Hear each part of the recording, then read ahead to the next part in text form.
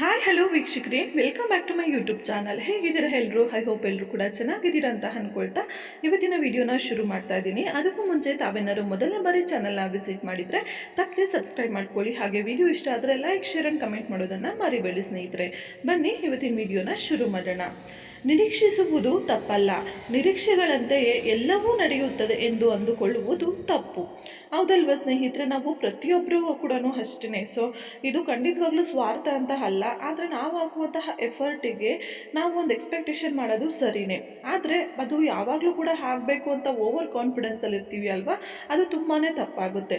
ಯಾಕಪ್ಪ ಅಂದರೆ ಕೆಲವೊಮ್ಮೆ ನಾವು ಹಾಕುವಂತಹ ಎಫರ್ಟಿಗೆ ಕೆಲವೊಂದು ಕಾಲದಲ್ಲಿ ಬೆಲೆ ಸಿಗದೆ ಇರಬಹುದು, ಆದರೆ ಮುಂದೆ ಒಂದಿನ ಖಂಡಿತವಾಗ್ಲೂ ಸಿಕ್ಕೇ ಸಿಗುತ್ತೆ ಅನ್ನೋ ಒಂದು ದೃಢ ನಿರ್ಧಾರದಿಂದ ಮುನ್ನಡೆಯಬೇಕೇ ಹೊರತು ನಾನು ಎಫರ್ಟ್ ಹಾಕಿದ್ದೆ ನನಗೆ ಸಿಕ್ಕಿಲ್ಲ, ಬೇಡ ಇದನ್ನು ಮಾಡೋದು ಅಂತ ನಾವು ನಿಲ್ಲಿಸ್ಬಿಟ್ರೆ ನಾವು ಇಷ್ಟು ದಿನ ಹಾಕಿರುವಂತಹ ಎಫರ್ಟಿಗೆ ಏನು ಬೆಲೆ ಸಿಕ್ಕಂಗಾಗುತ್ತೆ ಅಲ್ವಾ? ಸೊ ಅಂದ್ಕೊಂಡಂತೆ ಏನೂ ಆಗ್ತಾನೆ ಇಲ್ಲಪ್ಪ, ನಾನು ಎಷ್ಟು ಎಫರ್ಟ್ ಹಾಕಿದ್ದೆ ಅಂತ ಎಲ್ರಿಗೂ ಕೂಡ ಬೇಜಾರಾಗುತ್ತೆ. ಯಾಕಂದರೆ ಅದಕ್ಕೋಸ್ಕರ ನಾವು ಕೆಲವೊಂದಷ್ಟು ಸ್ಯಾಕ್ರಿಫೈನ ಕೂಡ ಮಾಡಿರ್ತೀವಿ, ಹಾಗೆ ಕೆಲವೊಂದಷ್ಟು ಮಾತುಗಳನ್ನು ಕೂಡ ಕೇಳಿಸ್ಕೊಂಡಿರ್ತೀವಿ. ಆಗ ಆ ಒಂದು ವಿಷಯ ನಮಗೆ ಇಲ್ಲ ಬಿಡು, ನಾಳೆ ನಾನು ಅಂದ್ಕೊಂಡಿದ್ದಾಗತ್ತಲ್ವ, ಅವಾಗ ಇವರೆಲ್ಲರಿಗೂ ಅರ್ಥ ಆಗುತ್ತೆ ಅಂತ ತುಂಬಾ ಹೋಪಲ್ಲಿ ಇರ್ತೀವಿ. ಬಟ್ ಅದಾಗಿಲ್ಲ ಅಂತ ಅಂದಾಗ ನಮಗೆ ತುಂಬಾ ಬೇಜಾರು, ತುಂಬಾ ಅವಮಾನ ಕೂಡ ಅನಿಸುತ್ತೆ.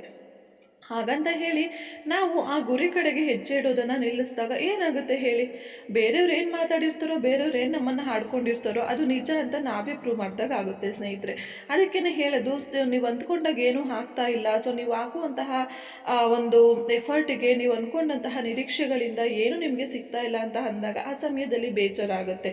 ಆದರೆ ಅಂಥ ಸಮಯದಲ್ಲಿ ನೀವು ಅದಕ್ಕೋಸ್ಕರ ಈ ಹಿಂದೆ ಪಟ್ಟಂತಹ ಕಷ್ಟಗಳನ್ನು ಒಮ್ಮೆ ನೆನ್ಪು ಮಾಡ್ಕೊಳ್ಳಿ. ಆವಾಗ ನಿಮಗೆ ಅನಿಸುತ್ತೆ ಇಷ್ಟೆಲ್ಲ ಕಷ್ಟಪಟ್ಟಿದ್ದೀನಂತೆ, ಇನ್ನು ಸ್ವಲ್ಪ ದಿನ ಕಷ್ಟಪಡಬಹುದಲ್ವಾ ಅಂತ ನಿಮ್ಮ ಮನಸ್ಸೇ ಚೇಂಜ್ ಆಗುತ್ತೆ ಸ್ನೇಹಿತರೆ. ಅದಕ್ಕೇ ಹೇಳ್ತಾ ಇರೋದು, ಸೊ ಯಾರು ಏನೇ ಹೇಳಲಿ, ನೀವು ಅಂದ್ಕೊಂಡಿದ್ದ ಗುರಿ ನಿಮಗೆ ಸದ್ಯದಲ್ಲಿ ತಲುಪಕ್ಕಾಗದೇ ಇರಬಹುದು, ಆದರೆ ಮುಂದೆ ಒಂದಿನ ತಲುಪ್ತೀನಿ ಅನ್ನೋ ಒಂದು ದೃಢ ನಿರ್ಧಾರದಿಂದ ಮುನ್ನಡೆಸಿದೆ ಅಷ್ಟೇ. ಆದರೆ ಅದಕ್ಕಿಂತ ಹೆಚ್ಚಾಗಿ ತುಂಬಾ ಬೇಡದೇ ಇರೋ ಯೋಚನೆಗಳನ್ನು ಮಾಡಿಕೊಂಡು ನಿಮ್ಮ ಮನಸ್ಸನ್ನು ಹಾಳು ಮಾಡಿಕೊಂಡು ಸುಮ್ಮನೆ ಯಾಕೆ ಆ ಒಂದು ಯೋಚನೆಯಲ್ಲೇ ಮುಳುಗೋಗೋದು ಅಲ್ವಾ?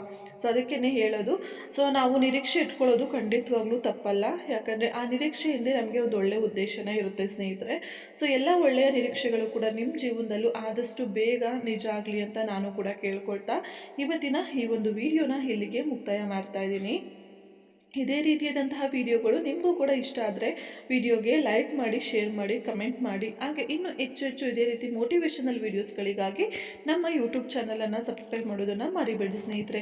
ಯಾಕಪ್ಪ ಅಂದರೆ ಪ್ರತಿನಿತ್ಯ ನಮ್ಮ ಚಾನಲಲ್ಲಿ ಇದೇ ರೀತಿಯಾದಂತಹ ಹೆಚ್ಚೆಚ್ಚು ವೀಡಿಯೋಸ್ಗಳನ್ನು ನಾನು ಶೇರ್ ಮಾಡ್ತಾ ಇರ್ತೀನಿ. ಸೊ ನೀವು ಕೂಡ ಮಿಸ್ ಮಾಡದೆ ನೋಡ್ಬೋದು. ಖಂಡಿತವಾಗ್ಲೂ ವಿಡಿಯೋ ಇಷ್ಟ ಆದರೆ ಲೈಕ್ ಮಾಡೋದನ್ನು ಮರಿಬೇಡಿ. Thank you.